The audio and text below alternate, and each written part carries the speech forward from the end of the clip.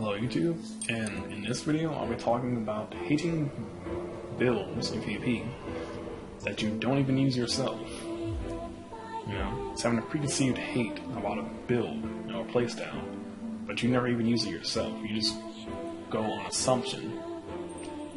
And just a quick example, a lot of people don't like magic builds because most of those builds are pretty much designed around killing people in one hit or less.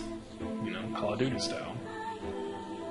And there's good reason to not like the builds, you know, because it pretty much takes, like, where a fight, let's say pure melee might take an exchange of hits, all it takes is one hit from Crystal Soul Spear and you'll be dead, you know.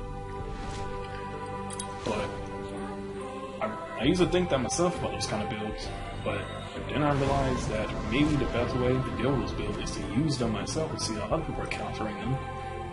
And I did learn counters for them, but I also learned that the builds aren't as great as I thought they were.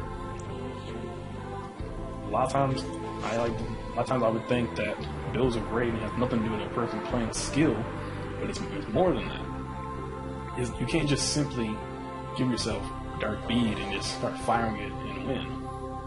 Maybe against bad players, but against standard PvP, that just won't work. Just because, you know, everyone's gone against Dark Bead spammers, we know how to deal with them now. And,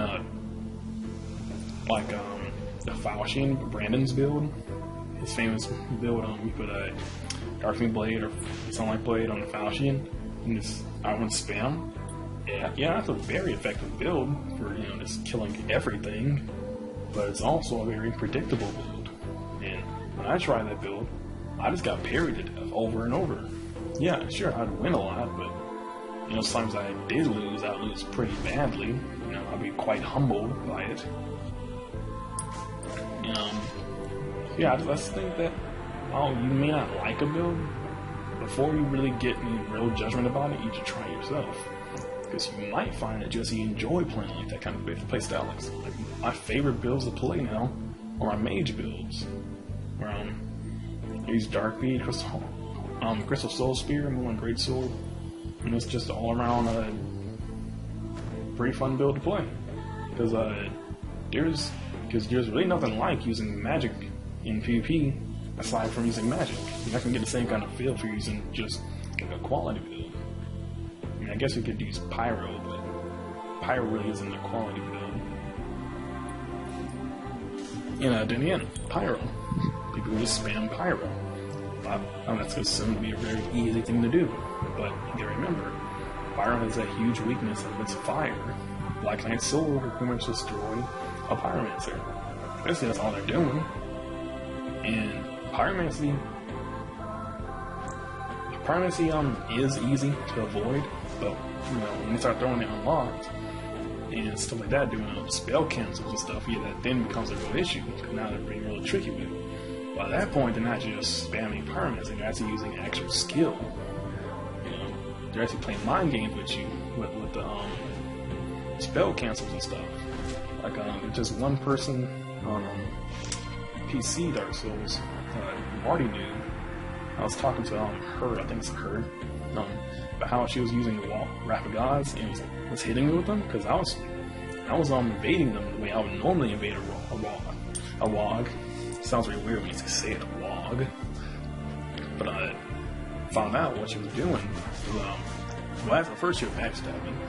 Then as I'm getting up, she would do a spell canceled WOG into then an immediate WOG. I would roll do the spell cancel, then be caught in the WOG. And that was pretty ingenious. I never even thought about doing that. So then I tried that myself, and it was pretty effective. Mainly because it's so quick, you just can't even react. I mean, I might be able to get away from it if I was using Dark Grain Ring, but I wasn't. I don't know. Still, it was a great tactic. I don't think that's something that somebody who just spams WOG would just naturally come to the assumption of doing. Because they wouldn't need to. They would just keep using WOG and hope that you can get stunned in one of them, so they can hit you up for another one, hit you up for another one, and hit you up for another one. Because even though the builds themselves may revolve around using the really simple tactics, the strategy about the way people do it can really make a huge difference. Like for instance, I'll admit, I don't like going against Dark Grain Ring, Katana, or Ninja Flippers. I really hate those builds. Doesn't mean I hate the players. No. A lot of my friends on Xbox, that's what they do. I don't like those builds, but I like them as players. You know, I have fun playing against them. I'd prefer they not use those builds when I'm going against them. I think they know that I don't like those builds, and they still do it anyway just to mess with me. But then I figured I'm gonna use one of those builds. Like specifically, I used a Mommy Knight build, which in case you don't know is basically just Knight armor. It's like a min-max Knight armor build with a Masculine Mother. You get like 2,000 HP, and it's a Dex Pyro build.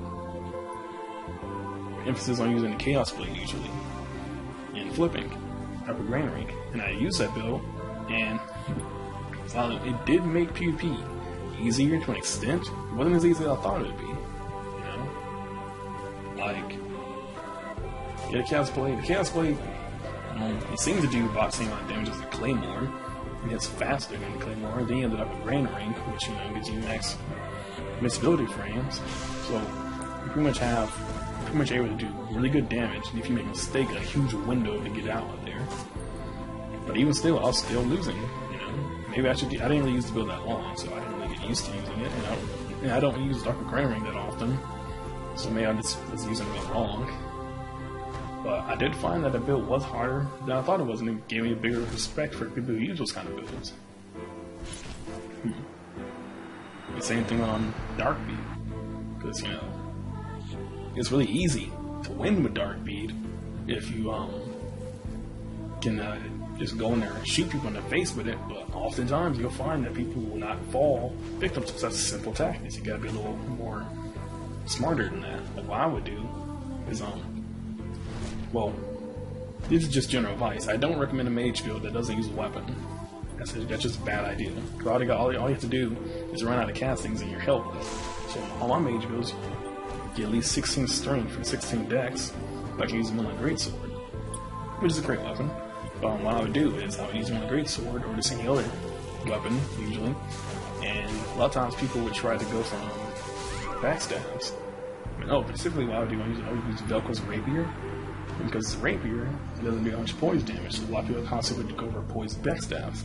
And when I see them doing that, I would offhand my catalyst, shoot them with a Dark Beat right in the face. And a lot of times, it won. I would win the fight just by that.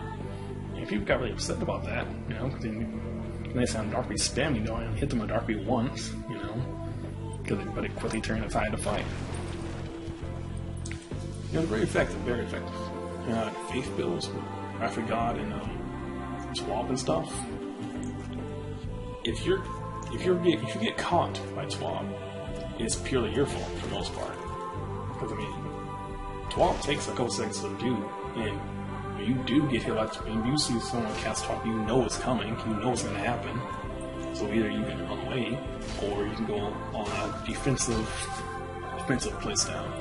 Like what I like to do is depending on what they're going to do when they're going to TWAB me, like they're going to TWAB Dark Beat me, I just run away, outrun the TWAB. But if they're going to TWAB and try to R1 spam me with a weapon, I just get ready for a parry, because I know as soon as they get in close, they're going to try to parry me. Or if you have combustion, or black flame or whatever, that helps as well. Or if the guy's any kind of crowd control type thing. That's made me wonder, what would happen if both people cast a TWAB at the same time? Can you even do that? I don't know. Well, that's basically it for this video. And just general advice.